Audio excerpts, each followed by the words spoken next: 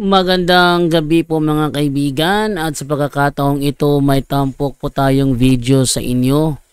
Ito ay isang pangyayari sa Office of Exorcism kung saan si Father Darwin Gitgano ay may naka-encounter isang babae, healer din, no? Albularyo din siya, nanggagamot, healer din siya, no? From Davao, doon sa Davao, malapit doon sa sa Antingero na nakalaban ni Father Darwin, nasa North Cotabato sila. Doon naman from Davao. Yung kanyang angking kakayanan mukha yatang namanan niya sa kanyang uncle. Based sa kanyang mga pahayag nagmula sa kanyang uncle. So buong akala niya na ang naturang kakayanan is isang himala, pero natuklasan sa Office of Exorcism, demonyo palang dahilan. Kaya ating alamin ang buong kwento nito sa paliwanag ni Father Darwin Gitgano. Magandang araw po mga kapuntos, at sa araw na ito po meron po akong tampok na video para sa inyo at sana ay magustuhan ninyo.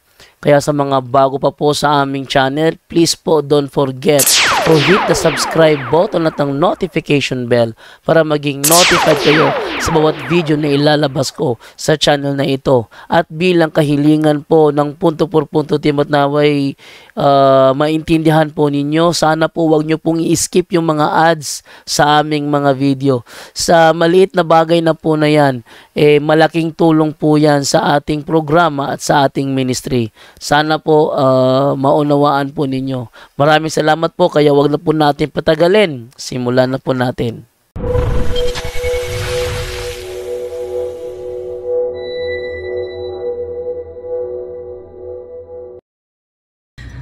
Ngayong araw na ito, dalawa yung ina-exercise natin sa umaga. Isa is from Davao City, no? May kapangyarihan siya, kaibang kapangyarihan. Yung kapangyarihan niya ay galing sa kanyang uncle. At akala niya na ito ay okay lang, no? Dahil nakatulong naman siya. At yung, just imagine yung matouch, ang Tagalog ng matouch, mahipo, no? Gagaling talaga, no? Yung hilot niya na makapagaling siya at i-touch lang niya. At galing pala yun sa kanyang uncle. 6 years old pa siya. Ilang taon na si yung 20, no? 20 plus. 20 plus. Akala niya 22. 22 years old. Tapos ng college. 22 years old at panay dinidisturb yung isipan niya. At marami talagang napagaling niya, no? Akala niya yung healing niya ay okay lang. At yung uncle niya, kapag sa gawa ng healing, hahawak lang sa pasyente at magsagawa ng incantation. Sa pamagitan niyan ay gagaling, no? Gagaling talaga. Nung pinarenounce natin siya, no? Ito yung maganda mga kapatid. Sa occult power, yun po ay occult power.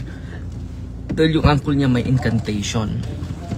At alam nyo mga kapatid, grabe yung reaksyon, no? Grabe yung reaksyon niya, no? Nakikita po ito sa kanyang buong pamilya. Kahit nandun yung pamilya niya sa ibang lugar. So, humayag ako na makita nila sa video call. Nag-video call sila. Pero bawal po mag-live sa actual mga kapatid. So, dalawa yung ini-exercise natin ngayon, no? Isa is from Mindanao, ang isa is from Luzon. So, dito mga kapatid, kung ma-empower lang natin ang mga pari, maraming mga mailigtas natin ng mga tao na hinaharas pala ng demonyo. At itong healing gift niya, nung ni-renounce natin, so sabi ko sa kanya, i-renounce mo ha, At nung sumabay siya sa akin na mag-pray, sisabay ka sa akin, in the name of Jesus, I renounce the counterfeit charism of vision and healing. At sumigaw siya. Nahihirapan siya sa nahirapan siya sa pagbigkas, no, ng pag-renounce sa occult prayer, occult gifts, and occult power, and spirit of occult and the spirit of divination, the counterfeit charism. Tinatawag yung counterfeit charism, yung healing and vision niya, dahil hindi talaga galing sa Panginoon yan. Galing pala ito sa occult spirit. At nakikita po ito, mga kapatid, ng buong pamilya po. Ng buong pamilya po. Hindi po ito gawa-gawa. Nung tinanong natin, so kailan nagsimula, nung uncle niya ay mag-healing, nandun siya. I-touch mo lang ito,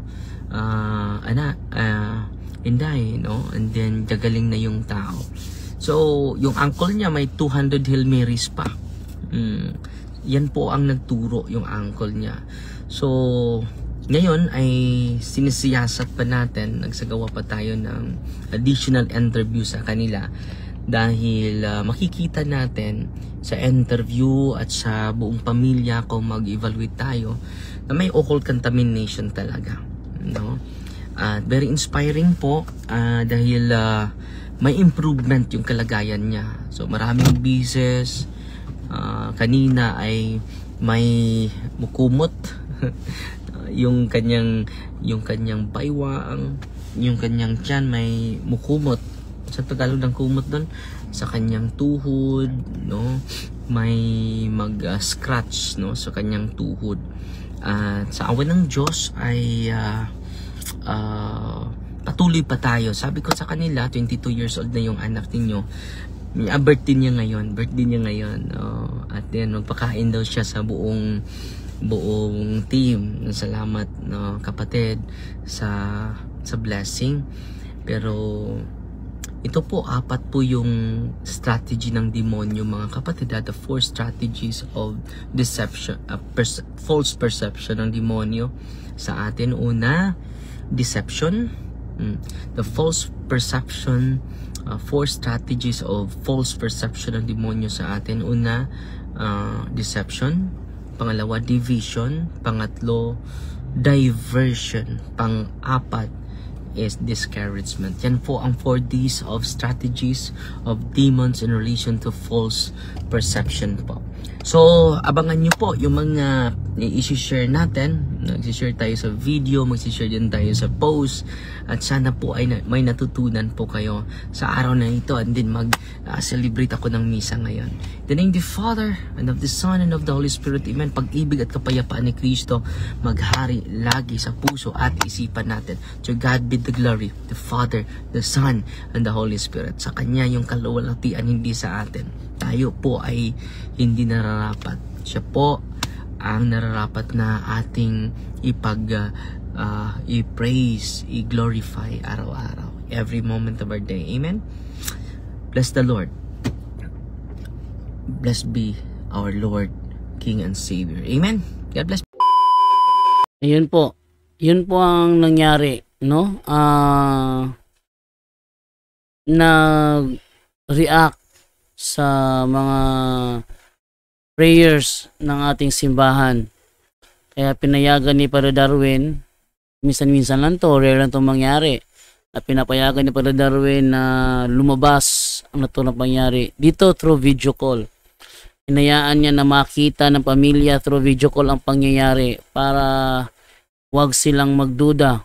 At saka hindi naman na iisipin siguro na nagpunta lang yung kanilang anak doon para kayo kanilang kamag-anak doon para lang magdrama. Yung iba kasi sabi ng iba kasi is nagdadrama lang, acting-actingan lang yan. Hindi naman siguro pwede mangyari yun na pupunta lang sa isang lugar, i-expose sa rin niya, tapos magdadrama-drama lang na hindi siguro ganon. Kaya siguro maganda na rin decision ni Padre Darwin yun na ipakita sa video call kung ano yung nangyari. Mga kaibigan, maniwala tayo kung ano ang tinuturo ng ating mga kaparian sa simbahang Katoliko, lalo na kung ito'y inline sa ating turo.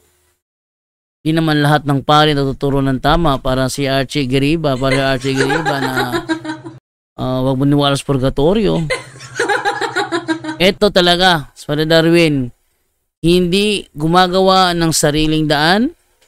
Kung ano ang katuruan ng simbahan, doon lang siya.